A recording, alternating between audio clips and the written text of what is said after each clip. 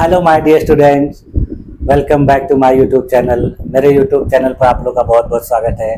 Dear student, आज की class में हम लोग BA 6 सेमेस्टर के शिक्षा शास्त्र विषय के दूसरे पेपर के जो महत्वपूर्ण प्रश्न हैं जो आपके इस 2025 की परीक्षा में पूछे जा सकते हैं उनके बारे में डिस्कस करेंगे। मैं आप लोगों को बताऊंगा कि कौन कौन से ऐसे क्वेश्चंस हैं, कौन कौन से ऐसे टॉपिक हैं जिनको आप लोगों को पढ़ना है और आपके इस एग्जाम में इससे रिलेटेड क्वेश्चन जरूर आएंगे। सभी प्रश्न नहीं आ सकते हैं, लेकिन लगभग प्रश्न आपको इनसे मिलेंगे और इनको आप लोगों को अच्छे से पढ़ लेना है। अपने तरीके से आप लोग को पढ़ना है, लेकिन इन क्वेश्चंस को भी जरूर देख लेना है। अगर आप लोग इन क्वेश्चंस को नहीं देखते हैं तो फिर आप लोगों का हो सकता है कि बहुत घाटा हो, इसलिए इसको देखना जरूरी है। चलिए देखते हैं कि कौन कौन से ऐसे प्रश्न हैं जिन लोगों को आप लोगों को इस परीक्षा के लिए पढ़ना है।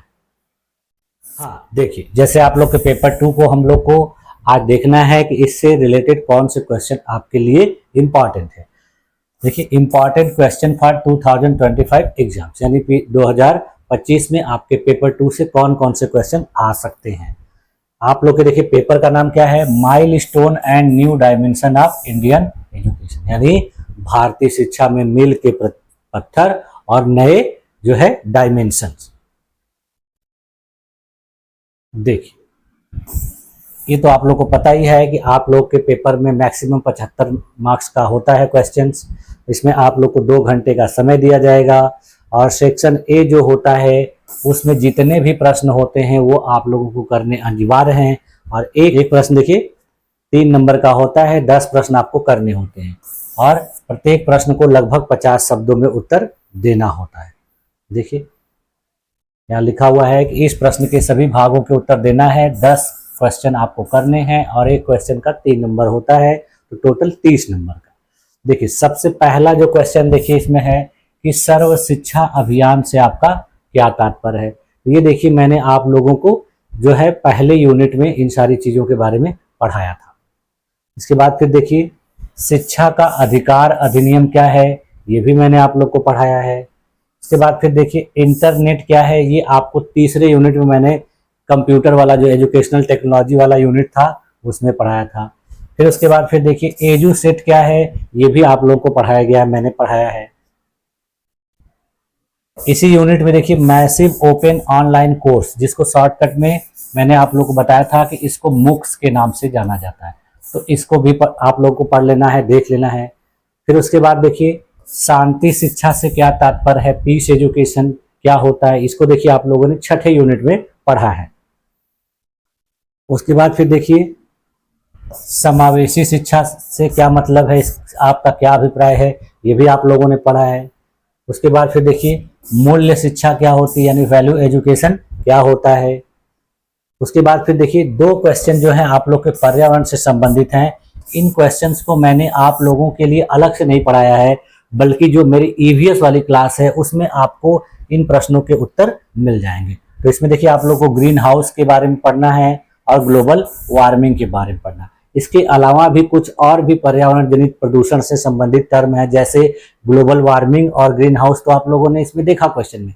उसके अलावा देखिए, अम्ल वर्षा है, ओजोन लेयर का क्षरण है, जैसे आप लोग का कुछ ऐसी चीजें हैं जैसे ग्लेशियर का पिघलना, समुद्र का जो है वाटर लेवल ऊपर हो जाना, तो ये सब समस्याएं जो हैं वो भी आपके पर्यावरण प्रदूषण से रिलेटेड हैं, तो वो आप लोगों को EVS वाली क्लास में मिल जाएंगे।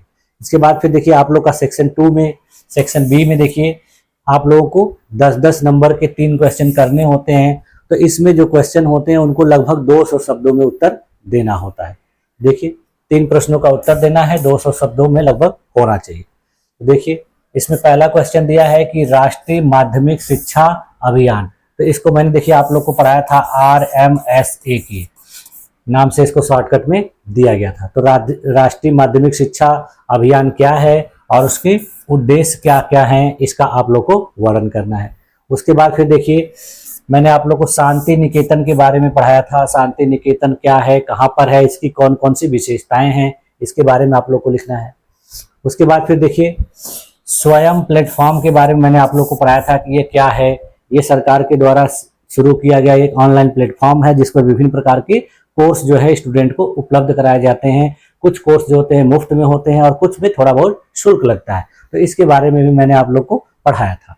इसके बाद फिर देखिए समावेशी शिक्षा की क्या आवश्यकता है और इसका क्या महत्व है, इस पे प्रकाश डालना है। तो समावेशी शिक्षा के बारे में भी मैंने आप लोग को जो है 5वें यूनिट में पढ़ाया है। उसके बाद फिर देखिए सोशल मीडिया वाला 6वें यूनिट में आप लोग को पढ़ाया गया है कि शिक्षा में सोशल मीडिया की क्या भूमिका है, उसका वर्णन करिए। उसके बाद फिर देखिए ये पर्यावरण प्रदूषण के विभिन्न प्रकारों को संक्षेप में लिखिए। ये मैंने ईवीएस वाली क्लास में कराया हुआ है, आप लोग इसको जरूर देख लीजिएगा। पर्यावरण प्रदूषण क्या होता है, इसके विभिन्न प्रकार क्या होते हैं। फिर उसके बाद देखिए यहाँ बड़े क्वेश्चन में भी आपको ग्लोबल वार्मिंग के बारे में आ गया। इसका मतलब क्या है कि ग्लोबल वार्मिंग बहुत ही इंपॉर्टेंट है, क्योंकि इस समय पूरी दुनिया में ये बहुत बड़ी समस्या बना हुआ है, जिसके लिए इससे रिलेटेड क्वेश्चन जरूर पूछे जा रहे हैं। उसके बाद फिर देखिए पर्यावरण शिक्षा की आवश्यकता और महत्व पर प्रकाश डालिए। ये चीजें देखिए मैंने ईवीएस की फर्स्ट वाली क्लास में ये सब चीजें बताई है कि पर्यावरण शिक्षा की क्या आवश्यकता होती है और इसका क्या महत्व होता है। तो ये आप लोगों को ईवीएस वाली क्लास में तीनों क्वेश्चंस मिल जाएंगे। इसको मैंने बहुत अच्छे तरीके से इमेज के माध्यम से समझाने का प्रयास किया है, तो आप लोग इसको देख लेंगे तो आप लोग का ये भी कवर हो जाएगा। उसके बाद फिर देखिए आप लोग का सेक्शन सी है। सेक्शन सी देखिए लॉन्ग आंसर टाइप क्वेश्चन का होता है। इसमें आपको एक क्वेश्चन करना होता है और वो क्वेश्चन जो है लगभग 500 शब्द में उसका आंसर देना होता है और ये 15 नंबर का होता है। इसमें देखिए जो है चित्रकूट ग्रामोदय विश्वविद्यालय का विस्तार पूर्वक, यानी चित्रकूट ग्रामोदय विश्वविद्यालय के बारे में मैंने पढ़ाया था, जो कहाँ पर है, मध्य प्रदेश में। तो ये आप लोगों को इसके बारे में अच्छे तरीके से पढ़ लेना है और फिर इससे संबंधित क्वेश्चन को कर लेना है। इसके बाद फिर देखिए सूचना एवं संचार तकनीकी से आप क्या समझते हैं। सूचना एवं संचार तकनीकी की आवश्यकता और महत्व पर प्रकाश डालिए। ये देखिए आईसीटी वाला क्वेश्चन है, जिसमें मैंने आपको एजुकेशनल टेक्नोलॉजी और आईसीटी के बारे में पढ़ाया था, तो उसी से रिलेटेड है कि सूचना और संचार तकनीकी क्या होती है, इसकी क्या आवश्यकता है, इसका क्या महत्व है। ये क्वेश्चन आप लोग को पढ़ लेना है। उसके बाद फिर देखिए मानवाधिकार से आप क्या समझते हैं। मानवाधिकारों के विभिन्न प्रकारों की विवेचना कीजिए। ये भी देखिए मैंने आप लोग को पढ़ाया हुआ है।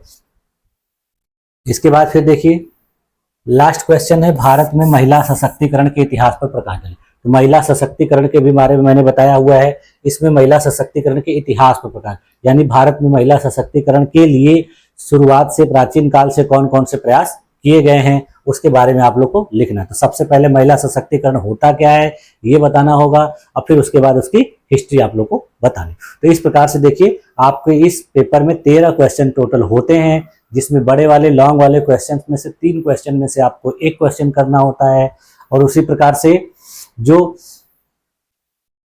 10 नंबर वाला क्वेश्चन है उसमें आपको 3 क्वेश्चन करने होते हैं, और फिर उसके बाद जो 3-3 नंबर वाला है 10, यानी टोटल आपके 75 नंबर के क्वेश्चंस इसमें रहते हैं। ठीक है, तो इस प्रकार से देखिए मैंने आप लोग को आज सेकंड पेपर के इंपॉर्टेंट क्वेश्चन के बारे में भी बता दिया। अब आप लोग की जिम्मेदारी है कि इसको सही तरीके से तैयार कर लेंगे। इसके अलावा भी आपको पढ़ना है सब कुछ, जितनी यूनिट में मैंने पढ़ाया है, लेकिन ये उन्हीं यूनिट में से कुछ इंपॉर्टेंट क्वेश्चन है जिसको आपको जरूर पढ़ना है। ठीक है, और ईवीएस वाली क्लास में आप लोग अपना पर्यावरण वाला जो भी टॉपिक है उसको अच्छे तरीके से देख लीजिए, क्योंकि अभी आप लोग के एग्जाम में थोड़ा बहुत समय है, तो उसके पहले आप लोग देख लेंगे तो वो भी एकदम क्लियर हो जाएगा। ठीक है, तो बस यहीं तक आज की क्लास में रखते हैं, और आप लोगों को आपके दूसरे पेपर के लिए भी मेरी तरफ से बहुत बहुत शुभकामनाएं। बेस्ट ऑफ लक, आप लोग अच्छा परफॉर्म करिए, और फिर अपने भी जो भी दोस्त हैं जो आपके जूनियर हैं उनको भी मेरे इस क्लासेस के बारे में बताइए, और वो लोग भी पढ़ें, इसका लाभ उठाएं और अपने दोस्तों को भी शेयर करें। ठीक है, तो आप लोगों ने इतनी देर तक मेरी इस क्लास में अपने आप को बनाए रखा, इसके लिए भी आप लोग का बहुत बहुत धन्यवाद। मिलते हैं नेक्स्ट क्लास में, तब तक के लिए